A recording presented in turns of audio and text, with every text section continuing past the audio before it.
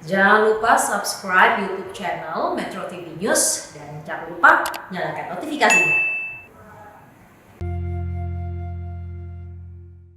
Dipersembahkan oleh Ngapain sih dari tadi mukanya ditekuk ngelihat handphone? Ya ampun, hari Minggu pagi udara cerah gini. Sapa dulu sahabat iCare-nya udah pada di sini. Mohon maaf sahabat iCare, biasa lagi memantau nih kondisi, informasi, berita dan lain segala macam, tahu lah ya tentang perkembangan kasus COVID-19 di Indonesia ini yang semakin udah makin gede, makin banyak segala macam. Bahkan sekarang kalau nggak salah nih Indonesia menjadi negara nomor 1 yang kasus pertambahan pasien COVID-19-nya paling tinggi di dunia. Nah, kalau ngomongin soal ini kan kita pasti stres ya. Udah ada surveinya, Nos. Apa tuh? Yang dibikin sama Perhimpunan Dokter Spesialis Kedokteran Jiwa Indonesia, PDSKJI. 5 atau 6 bulan selama pandemi lah ya. Jadi ada 64,8% orang Indonesia mengalami gangguan psikologis. Belum lagi yang bikin stres itu adalah ini nih, berita-berita hoax di handphone. Tuh, ini karena kamu lagi begini penampilannya kan lagi kusut banget kayak Iya. belum disetrika ya. Kenapa janjian kita disuruh pakai baju olahraga? Nah, Kenapa nih? aku mau ngajakin kamu olahraga sama sahabat iCare juga sekalian untuk bisa mengelola stres dengan baik. Oh, iya. Supaya punya positif mind. Ada sahabat aku yang udah nungguin kita di sana tuh, kamu lihat deh. Tuh kan? Nggak percaya. Nggak kelihatan yoga. mukanya. Ayo, Ya, kesana. makanya kita deketin. Yuk. Kita yoga bareng ya. Yuk. Sini. Oh, aku tahu ini. Lagi meditasi. Aku tahu ini siapa. Siapa? Ini Mbak Wanda Hamidah kan? Nah, Mbak Wanda. Mbak Wanda. Selamat pagi Mbak Wanda. Halo. Saya Kinos, temannya Melanie. Iya, aku tadi udah janji mau ngenalin Mbak Wanda Hamidah sama Kinos. Sahabat iCare nih udah banyak banget yang nungguin Mbak Wanda juga sebenarnya. Iya, jadi Mbak Wanda saya katanya mau diajakin yoga. Saya belum pernah yoga, saya mau kenalan sama namanya yoga nih. Yoga enak kok, ini nggak cuma olahraga fisik tapi olahraga psikis. Yang terutama tuh yoga tuh erat hubungannya sama nafas. Mbak Wanda udah berapa lama sih? Aku menekuni udah yoga ini? yoga hampir 17 tahun.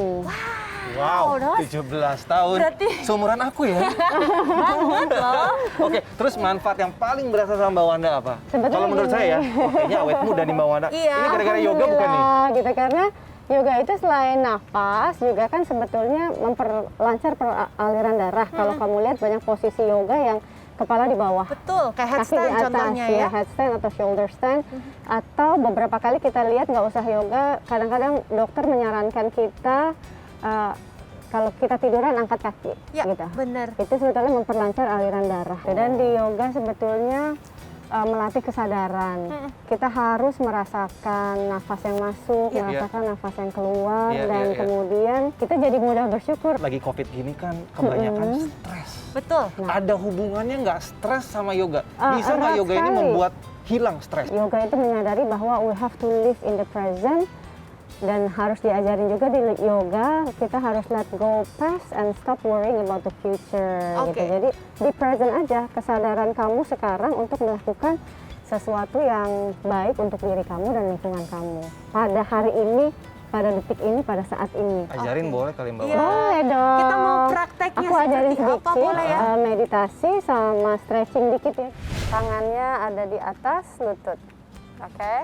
Jadi lengthening your spine, badannya panjangin seperti ada yang menarik. Kita boleh tutup mata sebentar, tarik nafas yang dalam, rasakan dadanya penuh. Dan ketika mengeluarkan nafas, keluarkan secara perlahan-lahan. Inhale sama exhale-nya dari hidung. Sekarang kita stretching badan kita sedikit. Inhale, angkat tangannya, tarik. Exhale, twist ke kanan. Bisa dilakukan oleh teman-teman atau sahabat iCare yang belum pernah yoga mungkin, Ini Mbak? yang paling basic banget. Bisa. Inhale, tarik. Exhale, taruh tangannya ke depan. Mbak Wanda, kalau Ya. untuk pemula apa yang harus dipersiapkan nih? Step-stepnya ya. Iya, step-stepnya. Pertama, ya pasti kita pakai baju yang nyaman ya.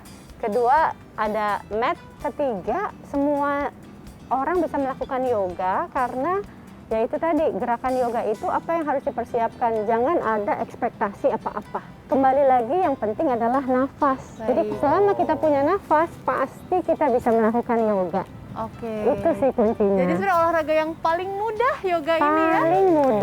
Paling mudah, paling gampang, dan nggak cuma olahraga fisik, tapi ini sangat menyentuh psikis kita. Setiap kita mengeluarkan nafas tuh, kita mengeluarkan kesedihan, Energi-energi mengeluarkan negatif, ya. energi negatif, mengeluarkan stres kita, ketegangan kita, gitu. Jadi nafas itu penting. Karena biasanya orang yang stres itu dia tegang kan. Iya. Ketika tegang, ketika panik itu kecenderungan orang apa? Menahan napas. Nah, di yoga inilah kita melatih untuk kembali belajar bernafas. Walaupun dengan baik. keadaannya tegang, macet, stres, kita tetap kalau kita kembali kepada nafas, insya Allah hilang. Abis ini Mbak Wanda, kita mau ngajakin Mbak Wanda juga nih untuk ngobrol sama seorang psikolog. ngobrol aja deh. Sama sahabat iCare juga ya. Kita akan ngobrol mengenai cara mengelola stres dan juga membentuk positive mind. Nah, kita akan kembali lagi sesaat lagi di Metro iCare. Lanjut ya. Oke, pelan-pelan. Oke,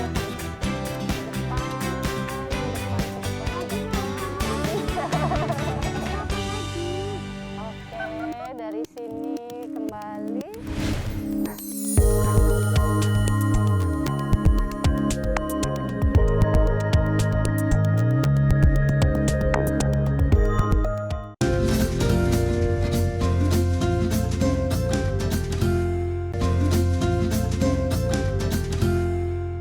Dipersembahkan oleh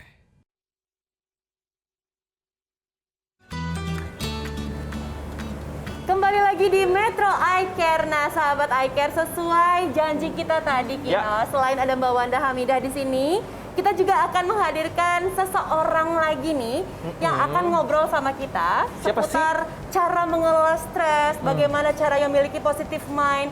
Ada seorang psikolog cantik namanya Tara The Tuar sudah hadir di sini, Nos. Kita sapa dulu ya. Hai. Tara. Halo semuanya.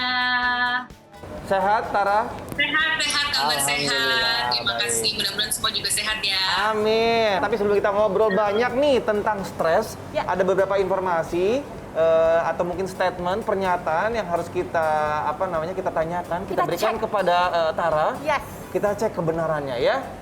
Karena sekarang waktunya untuk health check.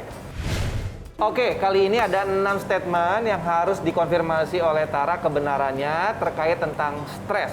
Udah siap ya Tara ya? Jawabnya cepat aja, betul atau salah. Papannya udah ada ya Tara ya? Ya. Kita mulai hashtag yang nomor 1. Respons tubuh saat menghadapi stres dapat mempengaruhi kesehatan. Benar atau salah?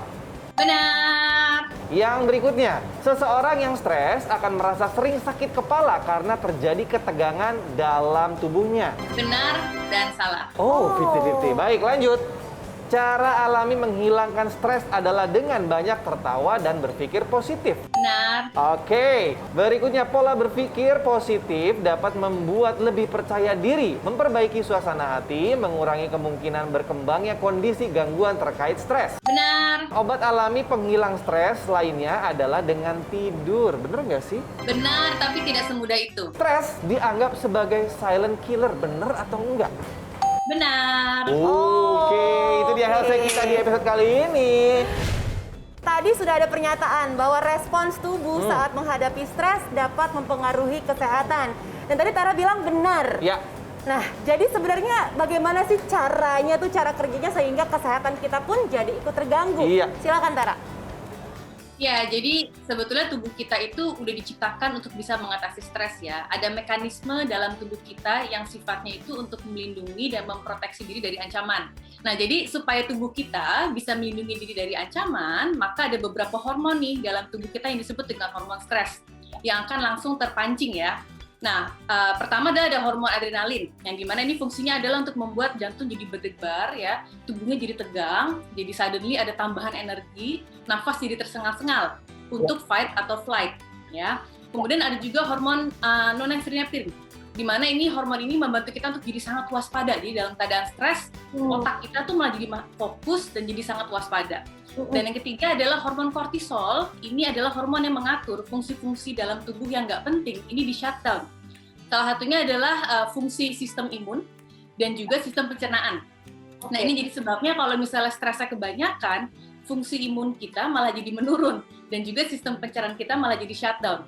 Stres itu sesuatu hal yang normal dan tubuh kita akan bereaksi dengan normal, tetapi kalau stres terjadi berulang-ulang, kebayangkan tubuhnya tegang terus-menerus, apalagi kalau jangka waktunya panjang, intensitasnya tinggi, ya otomatis akan mempengaruhi kesehatan dan tubuh kita. Karena tadinya hal-hal yang harusnya dalam tubuh kita seimbang, akhirnya jadi nggak seimbang lagi. Nah, gejalanya orang stres itu sebenarnya apa sih, Tara? Iya. Dan kapan saatnya kita udah harus khawatir bahwa stres ini mengarah pada gangguan mental? Iya, sebetulnya banyak orang itu nggak sadar kalau dia stres, karena dalam kesehariannya dia masih butuh untuk bekerja misalnya ya, untuk dia survive. Jadi kalau kita malah mikirin stresnya, nanti yang ada malah kita jadi nggak bisa menjalankan keseharian kita. Nah, tapi penting untuk kita benar-benar mengenali kita tuh sebenarnya lagi dalam keadaan yang stres atau tidak. Nah, ada beberapa ciri-ciri ya kalau bisa jadi patokan nih bahwa kita sedang stres nih. Yang pertama dari sisi pikiran. Oke. Biasanya pikirannya penuh dengan pikiran negatif, ada kekhawatiran berlebih, overthinking, terus susah untuk buat keputusan, kadang malah jadi gampang blank gitu ya. Itu kalau dari segi pikiran. Ya, kemudian kalau dari segi perilaku, ada perubahan pola makan dan pola tidur, perilaku kita jadi nggak seperti yang biasanya. Misalnya tadinya kita ceria, senang ketemu dengan orang-orang, tiba-tiba jadi menarik diri, ngurung diri di kamar, menghindari, terus terasa resah atau burnout atas apapun yang sedang kita lakukan. Kemudian kalau dari segi tubuh ya, terasa fatigue, ini bawaannya lelah, aduh capek, nggak ada energi, padahal nggak ngapa-ngapain, tapi kok kayak ini capek-capek aja, bangun tidur tuh harusnya segar, tapi kok malah capek gitu ya. Terus terasa tegang, dan terakhir dari segi emosi, ini jadi sensitif banget, jadi moody, ibaratnya dicolek dikit tuh, bisa ngamuk gitu ya, jadi cranky, moody, irritated. Nah ini pertanda-pertanda jangan-jangan sekarang sedang mengalami stres. Nah, saya tuh merasa bahwa yoga ini sangat membantu healing setelah kita stres ya. Bener nggak sih gitu? Iya, betul sekali Mbak Wanda. Yoga itu bisa jadi salah satu pilihan yang amat sangat baik ya untuk kita mengatasi stres. Karena dalam keadaan stres, tubuh kita kan jadi nggak stabil ya. Tadi contohnya tegang, jantung berdebar, tekan gitu kan ya. Nah, dengan kita melakukan relaksasi, yoga, atau meditasi, ini akan membawa tubuh kita menjadi kembali stabil atau dinormalkan kembali. Ya, breathing membantu kita untuk mengatur nafas ulang. Kemudian dengan kita yoga, kita memfokuskan pikiran kita pada gerakan tubuh dan juga nafas. Sehingga terdistract dari pikiran-pikiran negatif yang malah akan memunculkan hormon-hormon stres tadi. Nah, ini terkait sama tadi statement yang udah sempat dijawab juga, benar atau salah sama Tara ya. Salah satu cara untuk menghilang stres adalah positif mind. Membentuk positif mind. Gitu. Seperti apa sih caranya membentuk positif mind? Iya, jadi anggap aja bahwa di otak kita itu ada semacam alarm ya. Jadi kalau kita sedang berpikir negatif atau mengalami situasi yang stressful, alarmnya ini akan nyala. Ngasih tanda, bahaya, kamu harus menyelamatkan diri. Ya. Dan ini akan memancing tadi ya hormon stres. Ya. Akhirnya kita tubuh kita jadi berproses untuk menjadi stres gitu ya. Nah, itu sebabnya menjaga pikiran baik itu amat sangat penting supaya tubuh kita nggak selalu mengalami stres. Nah, kalau saya bilang berpikir baik, sebetulnya kita juga nggak harus berpikir positif. Kalau memang berpikir positif itu bukan sesuatu yang mudah. Habis pikiran kita dari negatif, tiba-tiba harus berubah jadi positif. Kan ini jomplang banget ya, jadi biasanya susah. Paling tidak bantu diri kita untuk bisa berpikir dengan lebih netral. Misalnya daripada bilang, saya pasti bisa, saya harus bisa, saya pasti kuat. Ini kan positifnya seperti ini ya. Kita bisa berpikir netral, contohnya misalnya, yang penting saya sekarang baik-baik aja, I'm okay, saya masih survive, keluarga saya masih baik-baik aja, saya masih bisa makan, saya masih baik-baik aja gitu ya. Nah ini contohnya cara berpikir netral. Iya, Oke. Ini masih banyak lagi akan kita bahas bareng-bareng ya. Jadi sahabat iCare tetap bersama kami karena kami akan kembali saat lagi tentunya di Metro iCare.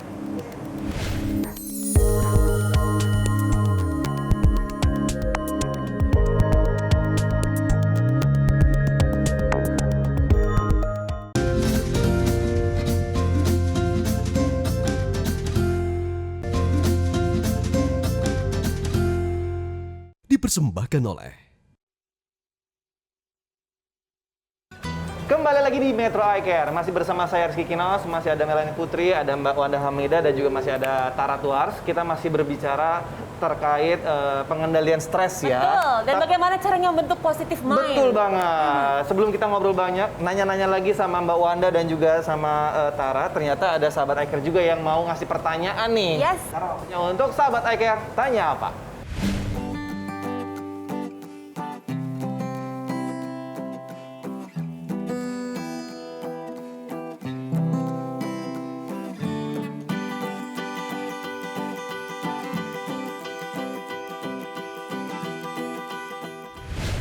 Iya, memang di masa pandemi ini lebih terbatas ya. Intinya adalah untuk kita bisa ngatasin stres, berarti kita perlu menstabilkan tubuh kita yang tadinya udah keburu tegang karena stres.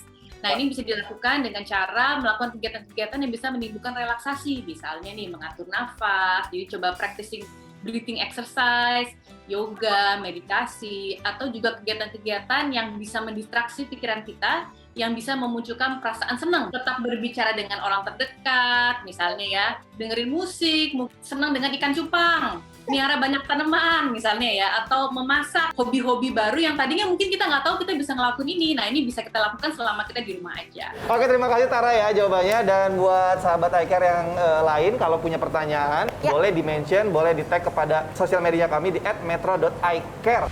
Nah, sekarang kita lanjut lagi akan ngobrol sama Tara. Faktor-faktor apa sih yang dapat mempercepat terbentuknya positive mind? Iya. Untuk bisa membangun positive mindset memang bukan hal yang mudah, karena otak kita, pikiran kita itu diciptakan untuk survive, bukan untuk happy. Ya. Jadi memang kita punya kecenderungan yang lebih tinggi untuk berpikir negatif daripada positif. Jadi untuk kita bisa membangun pikiran positif, nomor satu, pertama kita harus menyadari diri dulu sih bahwa oke, ini saya sedang berpikir negatif nih. Dan ada beberapa pikiran-pikiran negatif yang mungkin bisa kita hati-hati ya, karena tandanya ini pikiran negatif yang bisa bikin stres nih. Pertama, asumsi. Ya. Terlalu banyak berasumsi itu sangat bisa menimbulkan stres ya. Yang kedua, meramal atau nebak-nebak. Kemudian juga membayangkan worst case scenario. Nah, kalau ada cara berpikir yang seperti ini, nah harus hati-hati nih, karena akan langsung bikin kita mengalami stres. Nah, kemudian berikutnya kalau kita masih dirasa susah banget untuk berpikir baik dan juga netral ataupun positif, mungkin kita bisa mencari lingkungan-lingkungan atau teman-teman yang kita anggap aman untuk kita curhatin, untuk kita dapetin feedback. Mbak Wanda, ada yang mau ditanyain nggak mungkin sama Tara? Sekarang ini kan banyak yang menurut aku information itu kills. Have to protect our environment sendiri sebetulnya kan. Iya. Termasuk clear grup WhatsApp itu kalau itu adalah toxic buat kita. Bener nggak seperti itu?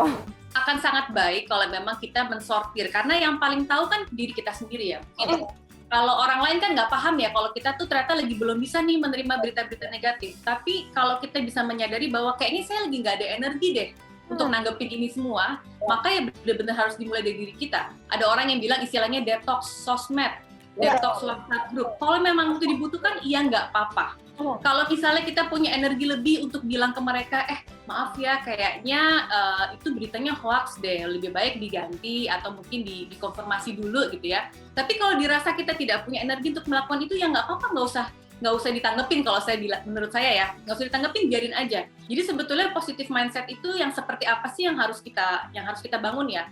Yang pertama adalah fokus pada masa sekarang.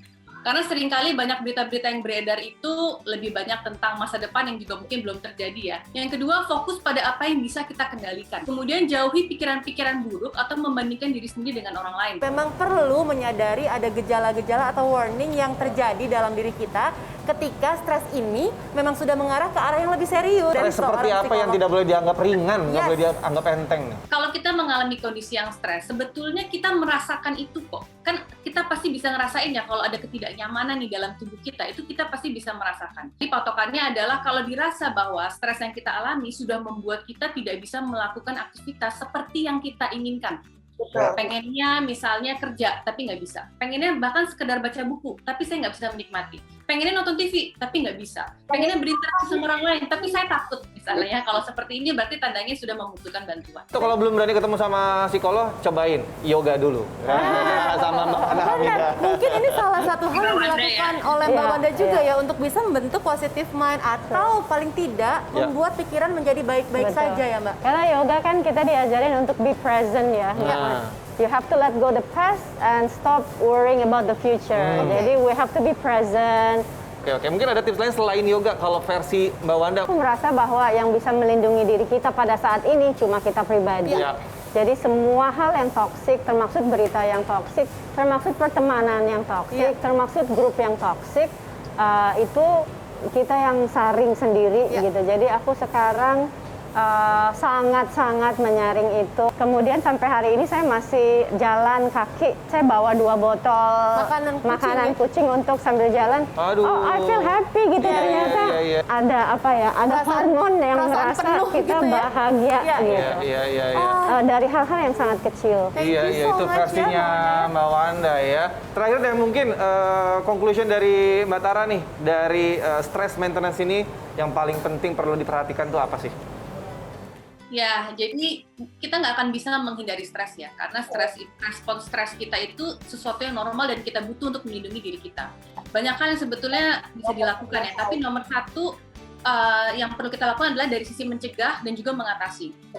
Kemudian coba untuk jaga pikiran baik, jaga pikiran netral dan positif, belajar pada fokus pada apa yang bisa dikendalikan, dan jangan lupa kalau misalnya tubuhnya keburu tegang terus, boleh cari-cari cara untuk bisa membantu tubuhnya kembali rileks, seperti tadi ya, relaksasi, yoga, meditasi, breathing exercise, supaya bantu stabilkan emosi yang ada di tubuh kita. Terima kasih Tara informasinya. Mbak Wanda, terima kasih pengetahuannya banyak. dan sharingnya, terima kasih luar biasa. Sehat selalu buat kita semua ya. Amin. Mudah-mudahan semua informasi hari ini bisa bermanfaat untuk sahabat iCare ya. Dan kami juga mengingetin nih buat sahabat iCare dimanapun Anda berada, kalau pengen dapetin update seputar kesehatan, jangan lupa di follow sosial media kami di @metro.icare dan saksikan tentunya Metro iCare setiap hari Minggu jam 10 pagi. Oke, dan sekarang saatnya kami pamit undur diri. Terima kasih sekali lagi sahabat iCare. Dan ingat selalu kalau sehat itu mudah. Metro TV